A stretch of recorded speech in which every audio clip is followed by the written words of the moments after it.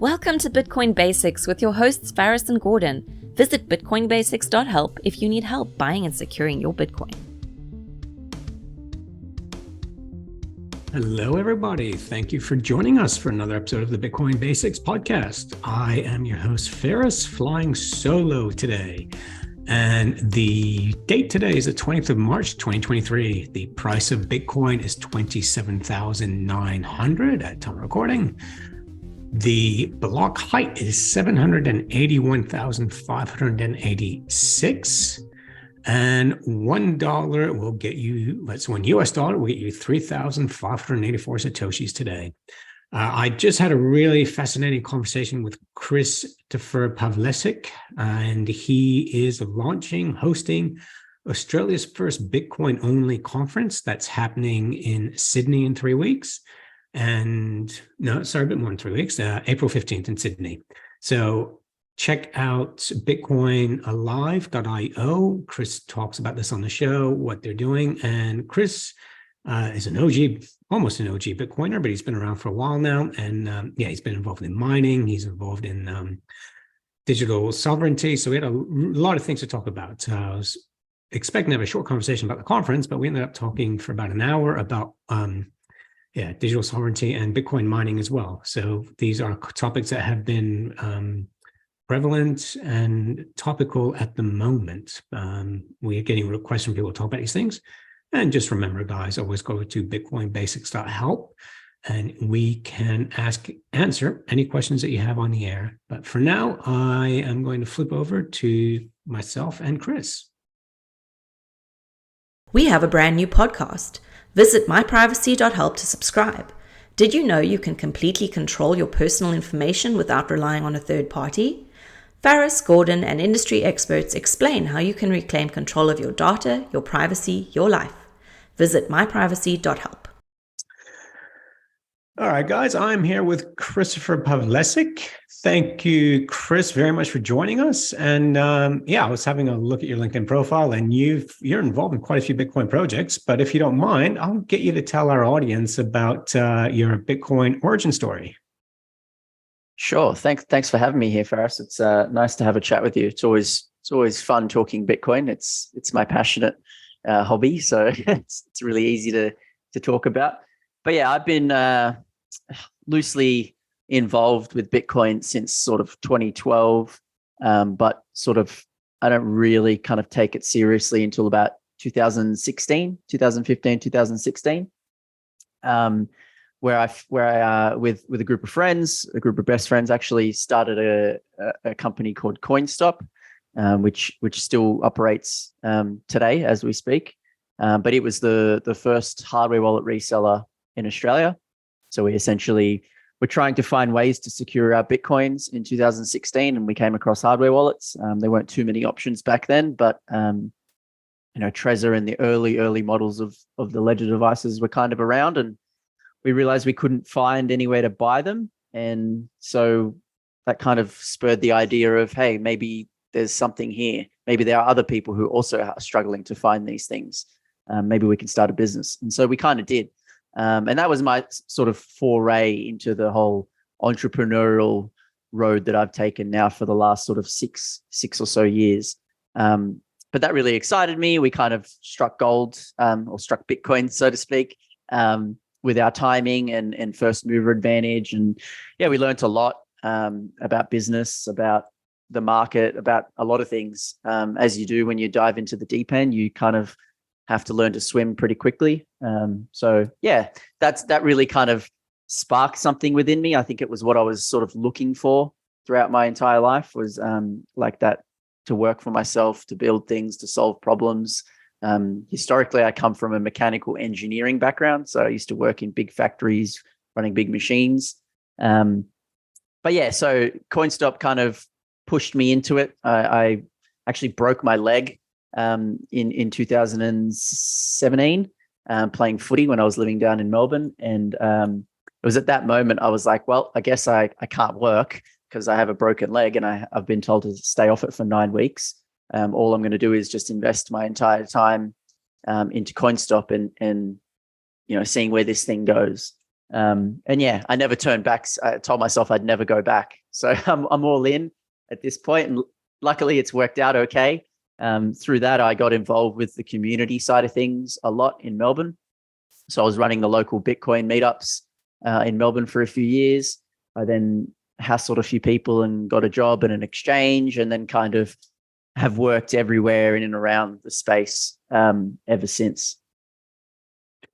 Wow. So who told you, or how did you first learn about Bitcoin? Yeah, I don't know the exact moment I first learned about Bitcoin. My memory is pretty bad. So I'm sure there was something, but I have a few memories. Obviously, like, I grew up and was a bit of a sort of open-minded free thinker. Maybe you could even say conspiracy theorist. Just curious mind, I guess. And so I growing up with the internet, had all this information at your fingertips, and YouTube and all these sort of things were starting to like really take off, and you could acquire sort of any sort of information you wanted about any topics. So I think just being like open-minded like that and curious, it was a matter of time before I stumbled across Bitcoin. Some of my earliest memories, of hearing about sort of Silk Road and the use case of Bitcoin through early Silk Road days. So, 2011, 2012. I thought that was really interesting. But like many people back then, that's all they really knew when it came to Bitcoin. There was no one was looking at it as an investment or an asset class. It was just a form of payment on this dark net website place. And so I thought that was kind of interesting and cool. And so I loosely followed that and what happened with Ross and all that sort of stuff over the years. And then and that's where there was a bit of a lull. Like I kind of fell out of that and then came back to it in 2016. And so I didn't actually even read the white paper in 2012. The term blockchain or any of these things, I just didn't know. I was just like, oh, cool. It's like PayPal, but it's for the dark net. It's just magic internet money, as everyone refers to it. So it wasn't until 2016 where I picked up the white paper and read that and then thought, oh, wow, I wish I'd done that 4 years sooner. So I had friends that were mining Bitcoin. And so, I'd go to their place and have a look at all their big CPU towers and graphics cards and stuff, and would always say, what's going on here? And then they'd explain to me, hey, I'm mining Bitcoin. And I actually remember going to a friend's place, and he's one of the friends in the group that kind of is always at the forefront of what's happening with computers. He always builds rigs and stuff like that. So it was no surprise he was mining Bitcoin. But we went to his house one time and I saw all these towers. Like, there's no way you need like 10 towers to like play games. He goes, nah, I'm mining Bitcoin. And, we spent all night talking about it. And I was so fascinated. I left there and said to all the other friends that were there who were also, hearing this for probably the first time, why don't we do something similar? Why don't we like spend $1,000 and, build some mining rigs or buy some mining rigs? Or, we didn't know what we were doing. But $1,000 to us as 18-year-olds was a lot of money. I was earning $8.50 an hour, $300 a week as a first-year apprentice. So, that's 3 weeks at least of my wages. And back then, you're obviously spending it on petrol and going out and all sorts of stuff. So you're probably not saving a whole lot of money. So yeah, that was my near miss of getting into Bitcoin mining super early. But I didn't. But others did, and many of us share a similar story with near misses. But yeah, those are some of my earliest memories of Bitcoin, I think. And I sort of, like I said, took it more seriously a few years down the track in 2015, 2016, when I picked up the white paper, and then that opened up a whole new world for me. Oh yeah, Bitcoin is a humble journey to go through. Yeah, my journey is very similar to yours, and lucky for me, I had Gordon, who unfortunately is not. Who's unavailable today, comes from a computer science background. So he was able to explain things to me. And I come from an international relations economics background. So that's where I had my light bulb moment, appreciating Bitcoin from an economics perspective. But it's funny, like when you get your head around the basics for Bitcoin, then you start to think of other things. And you mentioned Bitcoin mining. And this is something that our last few episodes have actually been a lot about Bitcoin mining. Because we found that as new people come into this space, you're like, okay, I bought Bitcoin, now what? and mining is the next thing they want to get into. Now, can I mention alpha hash rate? Yeah, I mean, mining is something I'm very much interested in as well. I shared that story about the near miss almost 10 years ago, and here I am now trying to work on a startup for Bitcoin mining. It's a little bit of a full circle journey, but yeah, I think it's an extremely fascinating aspect of Bitcoin, and there are of course many, but Bitcoin mining and the proof of work algorithm is one of the key pieces of the puzzle, and has taken me better part of 10 years to get to this level of understanding. And I'm by no means a Bitcoin mining expert. I'm just, like many Bitcoiners, curious and read about it and listen to podcasts about the topics and speak with other Bitcoiners about them. But yeah, alpha hash rate is kind of, so it's a startup of mine that I sort of started working on last year. Almost about 12 months ago, actually, maybe about 10 months ago. The idea being I wanted to get back into Bitcoin mining, but I didn't particularly have all of the resources and infrastructure required to sort of, I guess, be somewhat competitive. So I was looking for like a hosting type service where I could basically have it all handled for me. And there aren't too many in Australia. The big one many people know is probably like Compass Mining. They've been quite popular over the last couple of years, and I came across them and thought, this is interesting. I like their model. I like the idea. It was exactly the service I was looking for, to be completely honest with you. But I saw some little bits of things that I didn't quite like, and so I never pulled the trigger on it. And I had friends who have, and now regret that. So I'm glad I dodged that bullet. And that's, I think, one of the skills I've developed over the years is being able to kind of know when to deploy and when not to deploy. If something is a bit sus or doesn't quite fit my, I guess, checklist of things before I get interested in something. So I luckily avoided that, but I do like the model. And so I thought about it for a while and looked around, and there wasn't really anyone doing anything like it in Australia. So I thought, okay, that was one of the problems I didn't like, was the fact that, my hardware and my hash rate wasn't, geographically close to me, and in places where I couldn't access, I had no control over. So that's why I wanted something in Australia. And yeah, turns out it doesn't particularly exist. Not exactly in that fashion, at least. So I thought, all right, here we are again, trying to solve my own problems, like I did with CoinStop, buying the hardware wallets, or not being able to buy hardware wallets, and starting a company. I thought, oh, maybe there's something here. So yeah, started working on it. I had some interesting contacts in the industry. A friend of mine runs some energy stuff here in Australia, over in South Australia, and he kind of knows his infrastructure and his energy very well. And I know Bitcoin quite well, I think, reasonably well at least. I've been selling Bitcoin stuff for the better part of 6 years now, so kind of know the market a little bit. At least I hope to. So I thought maybe I can convince him there might be something there. So we started working on something, but then last year, long story short, the winter was horrible here in Australia. Energy prices went up across the board everywhere. Volatility, it was nuts. It was the worst time possible to try to start a Bitcoin mining company. But some of the groundwork has been laid. So it's not as if it's been completely abandoned. I've just got my hands in other pies at the moment. So yeah, the whole thing with the energy prices and then me kind of getting involved with some other startups meant that this kind of has taken a back seat. But yeah, I haven't closed the door completely on it, because Bitcoin mining I still want to be able to do it, right? I still have that problem I need to solve. So I'll just have to figure out when I can get around to doing that. Look, that is the next, I'd say, trend to happen. Bitcoin miners have been squeezed in this last bear market. They're over leveraged, from what I've heard.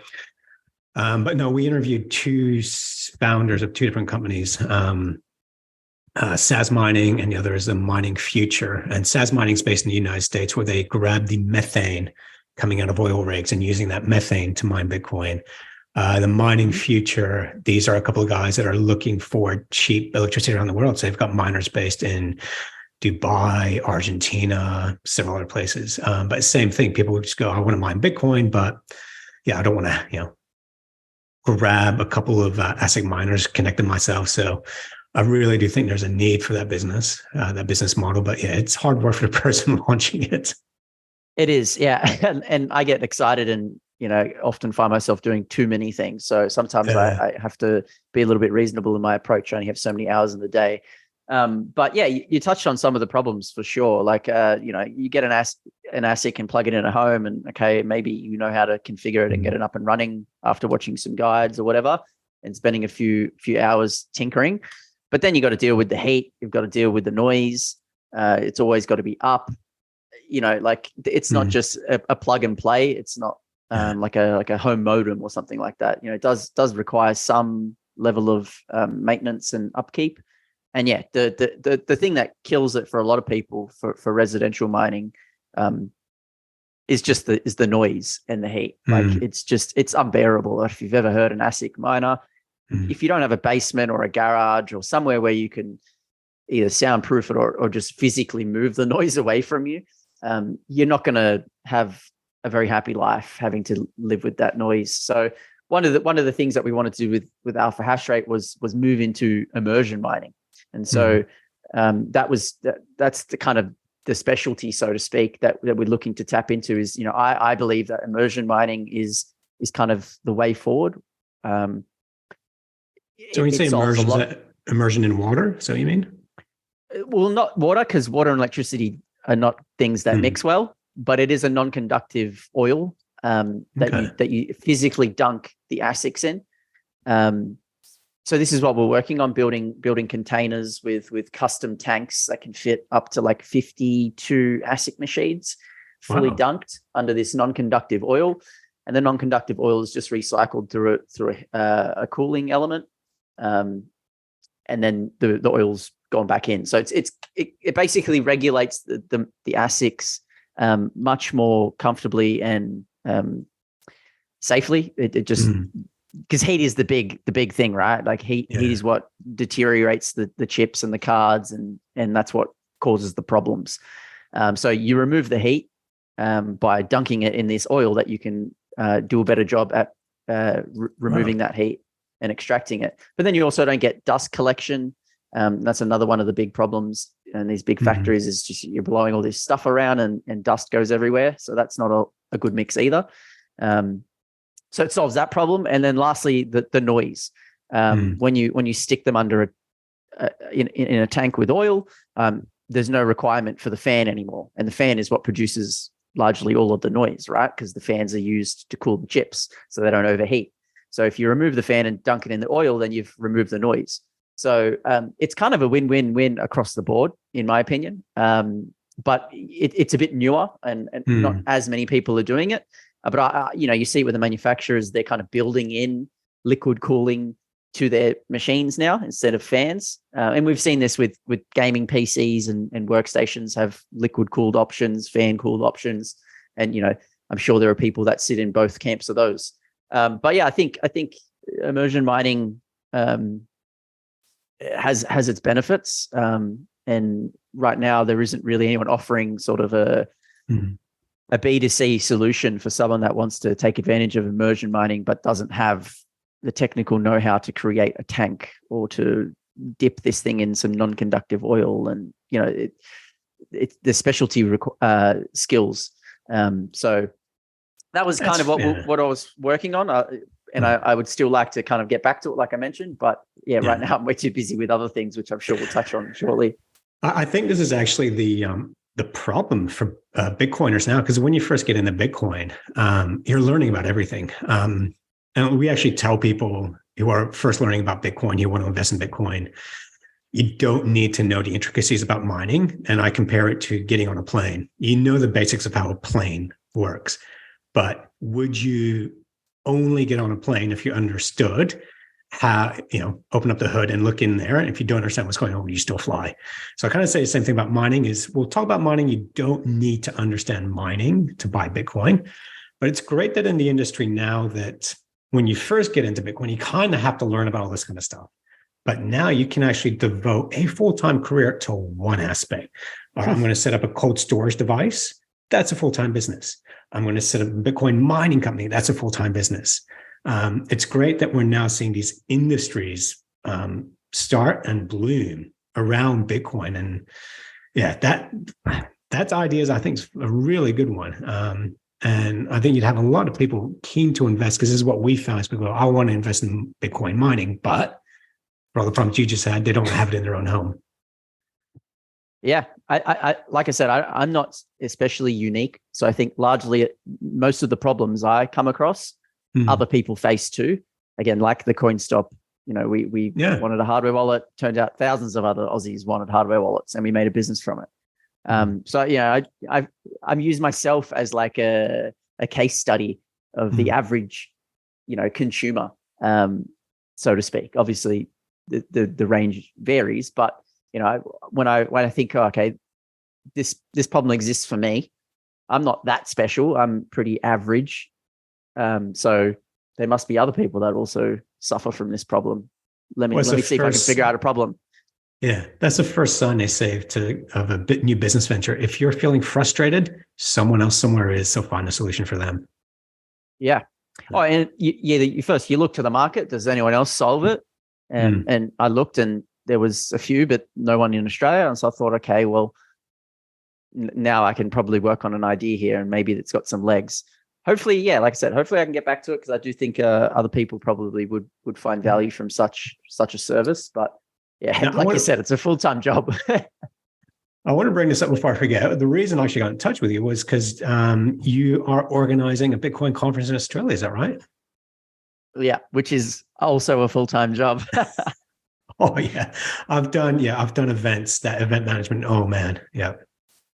All right, so tell us about that. Nothing of this scale before. Like like I mentioned earlier, I've run some meetups and stuff like that over the years, pretty much in all of the states that I've lived in. So I've been sort of going up and around the east coast of Australia over the last 6 or 7 years, living in Victoria, living in Queensland, and now back in New South Wales.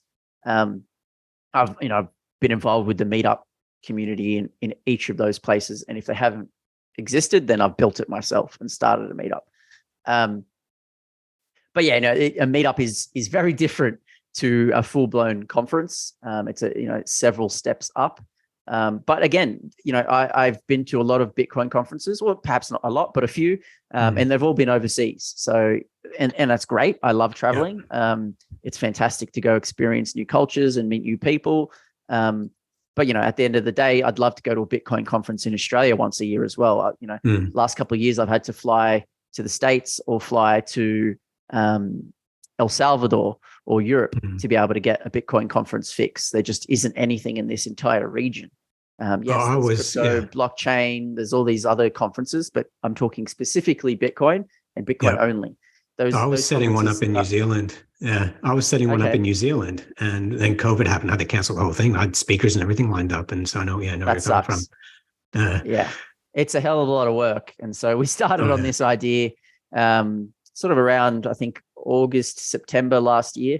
There was some sort of discussions as they happen in these Telegram groups, in a Bitcoin Sydney group here, and we kind of branched off and continued the discussion, and then turns out there's a couple of us left standing at the end of it that were kind of serious about actually putting this on, or at least going to the next level of seriousness, whatever that looked like back then.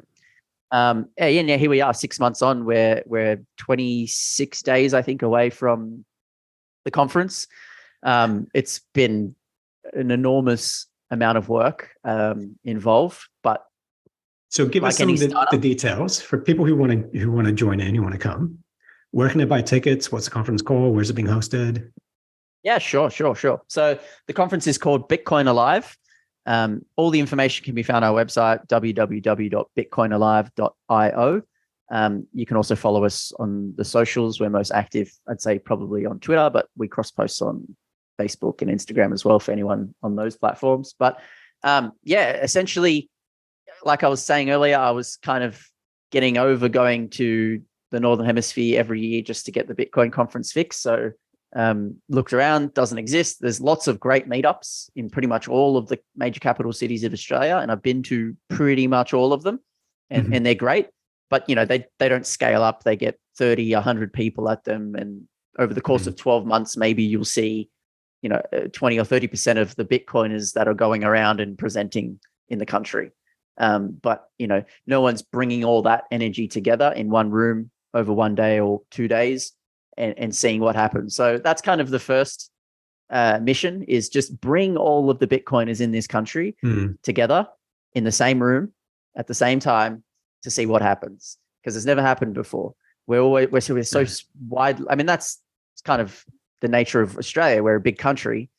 So what happens in Perth doesn't really get discussed in Melbourne. I mean, not even like Sydney and Melbourne. Like they're very much independent communities, and that's great. But they're all great in their own right. But wouldn't it be great to have them all come together as well once a year? So that's our first goal, is just to do that, because I think that alone will be amazing for the several hundreds of Bitcoiners that come.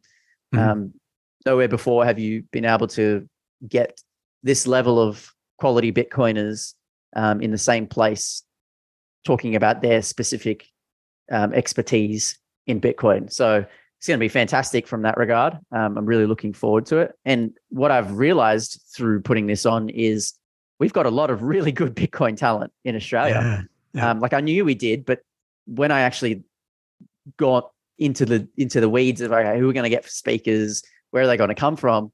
I was like hearing about people. I thought I knew everyone. Like I've been around for a while, not in sort of a egotistical way. Like I'm not special at all, but like it's a small country, it's a small community. I didn't think I'd be finding out that the like head of Lightning at Blockstream lives in the country.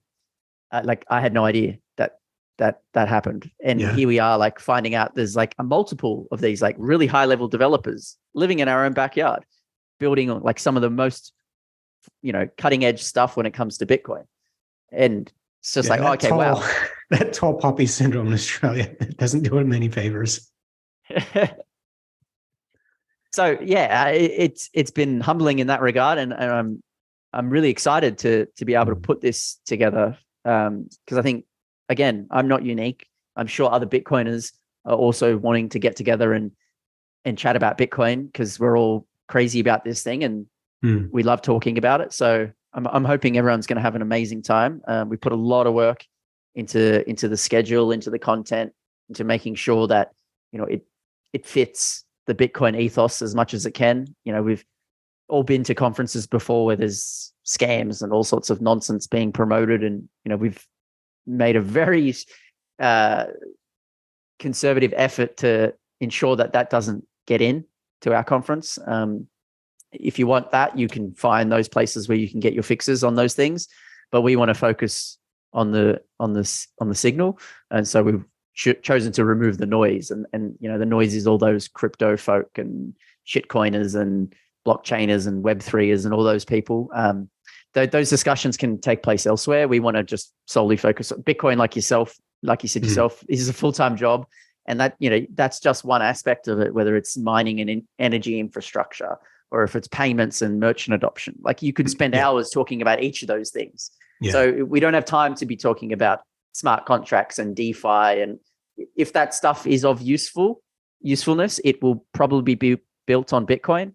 And then we can talk about it at that point, right? Until then, I kind of look at it largely like an experiment. And so a lot of things will fail and crumble and burn. Perhaps a couple of good ideas will come to the forefront of that. And if they're good, they'll probably be built on Bitcoin. Oh, you're talking to the preaching to the choir here. Our Bitcoin audience knows that in our 200 plus episodes, we've been Bitcoin only. And we've never plugged anything else. So Bitcoin Alive, Saturday, 15th of April in Sydney, right? Yeah, that's right. Yeah, cool. And still tickets available? Tickets are available. Yep, we're on to second release tickets now. They'll be available right up until the event. Obviously, the sooner you grab a ticket, the cheaper it'll be. There's one more price rise between now and the event. And we'll communicate that so everyone knows well in advance. Excuse me. But April 15th, full day event. The doors will open around about 9:30. Content will start about 10. We'll have a main stage, a side stage, an exhibitor area, a beer garden. It's a beautiful, beautiful venue. Like I said, this is several steps above your local Bitcoin meetup at an RSL or a pub or something. And those are good and those have their place. And we want to be able to find a place for something like this where we have slightly, a bit more. I don't want to say professional, because we're Bitcoiners, but like organized, I guess, is perhaps a better word. But we're going to have like full AV, and it's a really nice venue, and it's people are paying for this, so we want to make sure it's of high quality, and that's why we've put together this program that, like I said, I don't think anyone's ever seen anything like this in the country. You could probably go to every meetup around the country and over course of 12 months and not get this level of content. And this can be done in 6 hours in one place without having to really get up. So anyone looking to learn about Bitcoin, this would be the place to do it. You're not going to learn everything in one day, of course. We've all spent hundreds, if not thousands of hours diving into this, and we still probably don't know that much. I'm talking about myself largely here. I've spent tens of thousands of hours and I'm still learning. But this will be an awesome boost for anyone who's curious, or anyone that perhaps hasn't had the time, because you can't fabricate time, like you just have to go through it and live it and do the hours and do the, I call it the tuition fee, the time and energy spent learning about Bitcoin. You just have to do it if you want to understand it completely. In the future, there'll be people that won't need to, because they'll just use the apps and the front ends of everything, and like they do with the internet these days. Like you were saying, no one knows how a plane works. No one knows how the internet works. It just does work, and they interact with it through email and websites and all sorts of stuff. Bitcoin will probably have that point in time where it just works and no one's thinking about it. The Lindy network effect will get there, where people will just buy it on an app and not even know about it. I mean, we started a Bitcoin education company, and we would have made fortunes if we just launched an ICO in 2017, or if we just help people with trading shitcoins. But now we want to be long-term education, and you have to learn about so much to learn about Bitcoin. You have to appreciate macroeconomics. You have to appreciate cryptography, computer engineering, and like you said, I mean, I spent 4 hours a day for months, probably a year and a half actually, before I could explain Bitcoin to someone in under 10 minutes. And even then you struggle. It's quite the rabbit hole to go down. A lot of people kind of perhaps have this real high level surface view of what they think Bitcoin is. Oh, it's money, or it's investment or something like that. You can like stocks or something. But like once you like go below the ground and you realize where all the roots go, like there's so many facets that, like you touched on. I'd add a number more, like mathematics, psychology, thermodynamics. There's a lot of things Bitcoin, a lot of disciplines Bitcoin touches on, and there's no way you can expect someone to understand them all. But if there are parts that are fascinating to you, then those are the areas that you should spend your time. So if you're interested in making money, then look at it as an investment. But if you're interested in freedom, then there's certainly ways that Bitcoin can be used as a freedom tool. So like really kind of have to morph it to whatever suits your personality and your interests. Well, one of those rabbit holes that you mentioned, which we've actually had to launch a separate podcast devoted to this, and it's something I know you're involved in, is online security and privacy.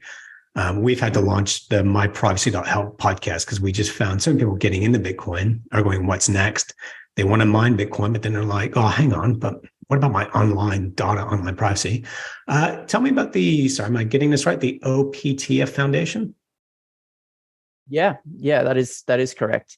I actually no longer work there. That was a previous startup. But yeah, the OPTF is basically a non-for-profit foundation that I started in 2018, devoted to building privacy-focused software. So that's like definitely another thing that I'm interested in. So obviously security, doing with what I do with CoinStop, but privacy is something I think is really important as well, especially digital privacy. There's a kind of people respect physical privacy largely. If you close the door at the toilet, no one sort of peeks underneath or sticks their head over the top and said, "Oh, what are you doing in there?" Like they respect when they see the doors engaged. That means people want to do something private. But the minute you sort of take that online, it's as if that sort of level of understanding and respect gets thrown out the window. If you say, "Hey, I just want to browse the internet privately," you're just automatically branded as some sort of criminal, or you've got something to hide, or you're doing something wrong. It's just weird how like we've worked this relationship physically, but we haven't figured it out digitally yet. And so, I've been basically trying to educate people about privacy and help build privacy tools that help that too. But I no longer work at the OPTF as of sort of last year. I stepped away from that project and moved on to different things. But yeah, something definitely very close to my heart is digital privacy and making sure people. I mean, it kind of goes hand in hand, especially if you're taking control of your financial with Bitcoin by holding your own keys and all that sort of stuff, which is what I highly advocate for. Then you should really be sort of doing as much as you can, or at least thinking about your digital identity footprint as well. It's talked a little bit about in the white paper. There's a section on privacy, but yeah, it's one of those things that people typically don't care about until it's too late. So there's been some great recent examples. Probably the most notable one, maybe the Optus hack of the last few months. Everyone was up in arms when their data was taken and stolen and sold and whatnot. But the day before, no one cared that Optus had all their data. So like what changed? Well, they got wrecked. And so that woke everyone up. But this is happening at every single company, essentially. Every service that you've probably signed up for online, you've given your mobile number, your ID, your name, your email address, your residential address. I actually, I'm quite passionate about this stuff, and I actually think KYC does more harm than good. I actually think it's a net negative. And these Optus hacks are perfect examples of asking telecommunication companies to become security experts, and then finding them when they fail to be that. Well, it's not their core business. Their core business is not keeping people's data secure and not leaking them. Their core business is selling telecommunication products and services. So, and this is just one example. You think of anywhere now that you've signed up to, you've given them some form of ID. Is their core business to keep that ID secure? Well, probably not, unless it's a security company itself, which there are a few of. And even then, many of them still get hacked. So I remember seeing a tweet. This is obviously a few years ago before he passed away, but John McAfee tweeted, "I've been hacked."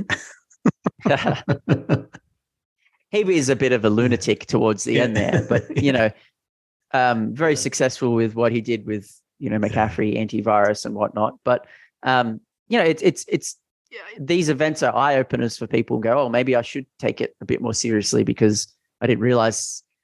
Calling the Optus thing a hack is almost glorifying it as well. They literally left the back door open. It was, Like we had an episode devoted just to that. It was insane. It was pretty terrible. No, I like your analogy of the toilet door. That's one we've used before. And like you say, people have this. Oh, it's just too hard. It's just too hard for me to do something about. So this is what we're trying to do: simplify things where we show people, or not show them, but actually help them set up a VPS. And we're even helping people set up graphene on their iPhone, on phones, smartphones, stuff like that. Yeah. It's one of those things where you need the will to do it first. 100%. You need to. It needs to be your decision that, like, I am doing this. If someone's shoving down graphene in your throat, you just be like, oh, this is too hard. Like you got to know that there's going to probably be some shortcomings compared to your previous experience using perhaps like a Google phone or an iPhone or something. But you're doing it with a specific reason, right? To increase your privacy and secure your data. So I use this other analogy. It's like a sliding scale of convenience at one end and security at the other, and it's up to you to determine where you want to position yourself on that scale. So if you want your life to be completely convenient, then you slide it all the way down to the convenience level, and you sign in with Google, you Facebook log into everything. You're just a slave to every of the services, right? But your data is just being completely siphoned out to the whole internet, and once it's on there, it's almost impossible to unwind. But we've explained most people, times, I think most people, if shown like that as that one end of the spectrum, they'd go, "Oh, I'd probably want to move a little bit closer towards the secure end of the spectrum." If you go all the way to the other end, then it's crazy. It's like you don't have any internet connected devices. Everything is analog. It's perhaps no way to live. Yeah, it's perhaps no way to live for most people. So you've got to find that sweet spot for you. I can't determine that for you. Like that's a good way of putting it. Yeah. I mean, maybe you enjoy the fact that you can share photos with your friends and family on Facebook very conveniently because everyone's got kids, and so you're willing to make that sacrifice by providing them with your data. Because, as they say, if you're not paying for the product, then you are the product. And Facebook is a great example of that, where you're not paying for it. So you are very much the product, and you're being advertised to, and you're being bidded off to, the highest bidder. But people don't really know this, I think, as well. I think people are starting to wake up little by little. And it's funny to me, like government policies since 2008, have been the biggest promoters for Bitcoin. And we saw what happened in Canada a couple of years ago. I was listening on the radio today that 171 banks around the world have gone bust in the last 2 weeks. So all the things I'm reading are positive for Bitcoin, and the same thing with Optus, MetaBank Private, all this stuff, even LastPass, all the stuff happening there is positive for online security and privacy. So I think people are going, okay, this is what they're doing. Where do I go to now? And it will be the sovereign individual, which encompasses financial sovereignty and the digital footprint sovereignty as well. So yeah, I think it's the very beginning of this a decentralized society. Yeah, I mean, and you're spot on. Like each time these sort of big flash events happen, it wakes up a few people. It gets them sort of kicked into gear and starting to think about, oh, okay, maybe I should be protecting myself against X, Y, and Z. At some point, it's going to be the big catastrophic. Everyone suffers. Lots of people think maybe it's soon. I don't know. Like, I don't want to be pessimistic. I've been thinking that it's going to be catastrophic for about 5 years. And it whilst you look around and it's pretty bad, like you touched on, 100+ banks closing, there's people making some outrageous claims at the moment that maybe this is the final sort of the final blow for the US dollar or for the fiat type standard. I've been listening to the Bitcoin Standard again. Great book. Highly recommend anyone that's interested in the history of it all to have a listen to that or have a read. Awesome stuff in there. But like maybe it's going to happen. I've always been under the impression that's probably going to be in my lifetime. So I could still be 60 years away and still be in my lifetime if I'm living to that age. But it's not looking good at the moment, that's for sure. And you're right, it's very much all free advertising for Bitcoin. If you recall where Satoshi started it all, writing that message in Block 1 about the New York Times 2008 bank run, bank collapse. We are 15 years later, and it's like, oh my God, you couldn't be more the same, if not 10 times worse, perhaps. And Bitcoin's still here. It's still doing the exact same thing that it did almost 15 years ago. Yeah, whenever I do a Bitcoin talk, I always bring that up, the Exchequer headline. And to me, Bitcoin is, there's nothing more powerful than an idea whose time has come. Yep. Spot on. So it's when Bitcoin was released, to me, is just as important as what Bitcoin is. Yeah, I mean, it's a beautiful, I don't even know what to call it. Like I always say, like I'm not into like fine art or anything like that, but I imagine, someone who's perhaps lived their entire life devoted to fine pieces of historical art, that when they, go to the Louvre for the first time and visit it, and they have this overwhelming, just emotional, like, oh, it's so beautiful and everything that I've worked for. And that's kind of how I feel when I think about Bitcoin. Like, it's incredible. It's like the most beautiful creature. And this is part of the reason why we named Bitcoin Alive is because I have this, and I'm not the only one, but, I often think about Bitcoin being this living, breathing creature, this organism. And there's some great writings from people much smarter than me talking about this in greater depths. But, it really does show quite similarities to like biology. You look around and you see all the beautiful biology and you subscribe to sort of natural selection. I kind of see a lot of similarities and traits shared between the two ideas. And so Bitcoin's had literally everything thrown at it over the course of 15 years, like governments trying to ban it, everyone, the media, like investment professionals saying it's a scam, just you name it. It's had everything thrown at it. And where is it today? It's as strong as ever. It's not just hanging on or like sort of relevant. It's literally as strong as ever. Hash rate is through the roof. It's like shining at the time that it's meant to be shining. Like it's living and breathing. It's like no matter what anyone does, literally anyone, it cannot be stopped. I can't stop it. You can't stop it. It would take, I guess, everyone getting together to stop it. But like humans haven't gotten along for a long time, so I can't see us ever getting together to agree on something. But one of the reasons I love it, it is beautiful. And I've spoken about this before where, there's so much to appreciate about Bitcoin. And what you touched on earlier was, it is to me, probably the last, what's the word I'm looking for? The last depulugging that we needed in society, because we needed the separation of church and state, happened in the 17th century. Separation of church and state, that took place. But then we had wealth could only be created by a few. So when during the Industrial Revolution, the English allowed anyone to buy land. You used to not be able to buy land. Anyone could buy real estate. That created a middle class. And now we still have this thing where money is still controlled by the elite and the wealthy. The decisions that they're making do not impact them, but they impact everyone else. And we're seeing, I agree. The separation of money from state is very much the battle. That's of modern times. Yeah. So to me, this is the last thing towards freedom of capitalism. Capitalism is not a bad thing. We've just never actually seen it tried because cronyism gets in the way.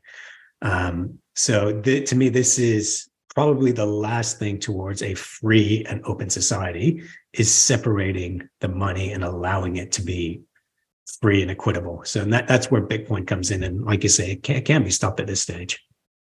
Nothing even comes close. Like, there are 20, 30,000 other cryptocurrencies, and they're not even in the same discussion. Like there's like the big leagues, and then there's like your weekend children's sport. And that's what they're all playing. And Bitcoin's in the big leagues. We've said this before. Check the coin market cap every 2 years. Which coins are still up there? Maybe Ethereum and Ripple. And Ripple's just a spreadsheet that's about to collapse. Ethereum's going to collapse at any point. All the others keep cycling through. They can't even stay in the top 10. So, very much so. Yeah, I've been around a few cycles now, and you see the top 10s, and they always switching and changing with whatever the new flavor of the month is.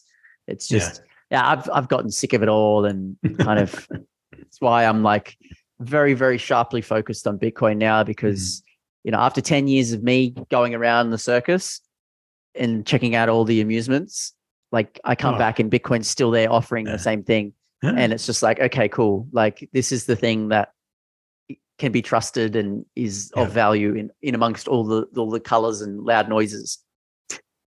Yeah, on the same. Yeah, Gordon keeps saying Bitcoin is slow and boring, but it's slow and boring by design. Yeah.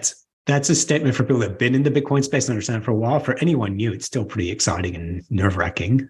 But I think if you compare it to like sort of all the shitcoinery, then yes, it's slow and boring. But if you compare it to essentially any other piece of technology, it's still exceptionally fast. A lot of people like kind of either weren't around or have forgotten or perhaps not had this reflection. But we only have to go back to say 2017, 2018. That was a big cycle. Price of Bitcoin got to nearly $20,000 USD. People were just absolutely going berserk. I had friends on mainstream TV talking about it. Like it blew up. We were selling wallets left, right, and center. It was nuts. It was a crazy, crazy time. The block wars, the New York agreement with SegWit, all that stuff going on. I remember the price was going up, being nervous as hell, because I'm listening to all these insiders going on, what's going to happen when Bitcoin forks, Bitcoin Cash comes in, and the price was going up. But I was just nervous as hell, thinking, what's all this going to do? So, Well, to finish off that point, sorry, I was just had something in my throat. I was covering for you. Thank you. The big criticism of that era, I guess, was Bitcoin's too slow. It doesn't scale. And you touched on the block wars, and that was certainly one of the big events as well.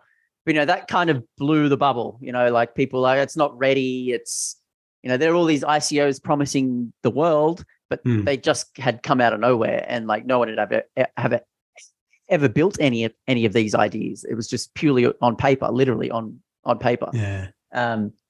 But all those criticisms from 2017, 18 of Bitcoin being too slow and not being able to scale, and the price, the transaction fees going through the roof. They were $50 plus for a transaction fee. Unheard of, just terrible. But here we are, like fast forward 3, 4, 5 years later, not even, and all of those problems have been solved. Like the Lightning Network has literally solved all those problems.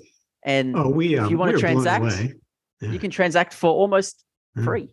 Like it's, and no one's making that reflection. Like, okay, all that criticism, and that's 4 years ago. Like we're talking about slow and boring.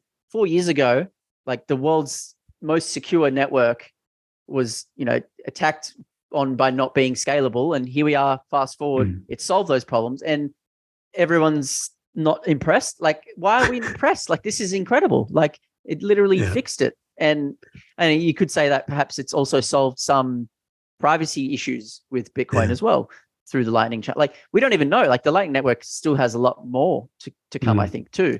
But it's just, people are just kind of, here's your new shiny toy, play with it. You get bored after a week, and then they need the next shiny toy. And that's, I guess, what all the crypto nonsense is like, it's just shiny new toys to keep people's short attention spans exercised. Whereas, whilst Bitcoiners have a very low time preference and are thinking far beyond their years. It's two different. Like I was saying, it's two different sports. We're not solving the same problem. Bitcoin is trying to separate money from state, and shitcoins, I don't even know what they're doing. I think they're trying to separate money from consumers, or like, because that's all that tends to happen, right? Like these things get rubbed, these things get pump and dumps, they get scammed, exit scams. Like that's all that happens. Like literally every day. I'm not even like exaggerating. Like every day there is one of these things happening. It's absolutely insanity, but it continues because a few people make money. And then, they sell that idea to the next person. They go, oh, maybe I can also make money. And like, it's just gambling. And, I guess, we do have quite a problem with gambling in Australia. So it shouldn't be in any surprise. We're coming up on an hour now here, Chris. Now, can you just plug the conference one more time, please, where people can go? And also please tell our audience members where they can follow you, where they can find you. Yeah, of course. So April 15th, in Sydney at the University of New South Wales Roundhouse. Bitcoin Alive, you can get all the information and stay up to date with any of the announcements of the program, the new speakers, the sponsors, etc., on our website, www.bitcoinalive.io. You can also find us on social media. I think it's Bitcoin Alive on basically all of them, or just use the search function and you'll come across our branding and our logo. If you're interested in staying in touch with myself, I'm largely on Twitter. If you want to get in touch with me there, you can reach out to my handle, which is Lungdoge, LUNGDOGE. And no, I'm not interested in Dogecoin. That handle's in relation to my now deceased greyhound, who was a long Doge, and I couldn't get long, so I had to get lung because someone else had the handle. But yeah, a lot of people, I realize being in this industry, people will probably think that I'm like some sort of Dogecoin enthusiast. That I can confirm I'm not. But yeah, if you're interested in reaching out, please do so there. You'll probably find me there. Yeah, I mean, look, it's going to be an amazing event. Like I was saying, there's going to be something for everyone. It's not just, a really highly skilled expertise, super nerd event. If you are a beginner, there is very much lots of content curated towards beginners. What we found is a lot of people, especially the Bitcoiners, they don't really even care about the content. They just want to get together with other Bitcoiners and chat. Yeah. Like when I go to conferences, I mostly don't watch much of the content unless there's someone I'm specifically looking out for. But I'm not sitting there for 8 hours on end. Like I'm going to meet other Bitcoiners, and that's where the magic happens, the socializing and all that sort of aspect. So a lot of the content is actually aimed towards the newer crowd. That's fantastic. But of course, there will be content aimed at everyone. Like I said, whether it's energy, payments, there's stuff on self-managed super funds. We've got a lot of content. If there's something that's of interest to you in Bitcoin, we're probably covering it. That's so yeah, awesome. definitely come along. Yeah, I've personally changed my holiday plan so I can come to it. So I'm about to buy tickets as soon as we get off. So yeah. Oh my God! Wow, thank you so much. That is amazing. Oh, I'm looking forward to meeting you in person. No, well, me too. All right, Chris, is there anything else you want to plug? Anything else you want to mention for our audience before we? No, I don't think so. You'll probably find me hopping on a number of different podcasts around. So maybe I'll be a familiar voice to some people, but yeah, if you just want to have a chat about Bitcoin, reach out to me. I'm always happy to. If you want to learn more about the conference, you've got other questions, reach out to us. We're happy to answer them. We're like Bitcoin, we're open source. Happy to fill you in with whatever we can. Fantastic. But yeah, we just want to see as many Bitcoiners or people who aren't even Bitcoiners, but perhaps interested coming to this thing and learning why it's so amazing. Thank you very much, Chris. It's been a real pleasure. And apologies, Gordon wasn't here today, but we'll, I'll see you in Sydney next month. Awesome. Thanks for having me on the show, Faris. I really appreciate it. It's been awesome.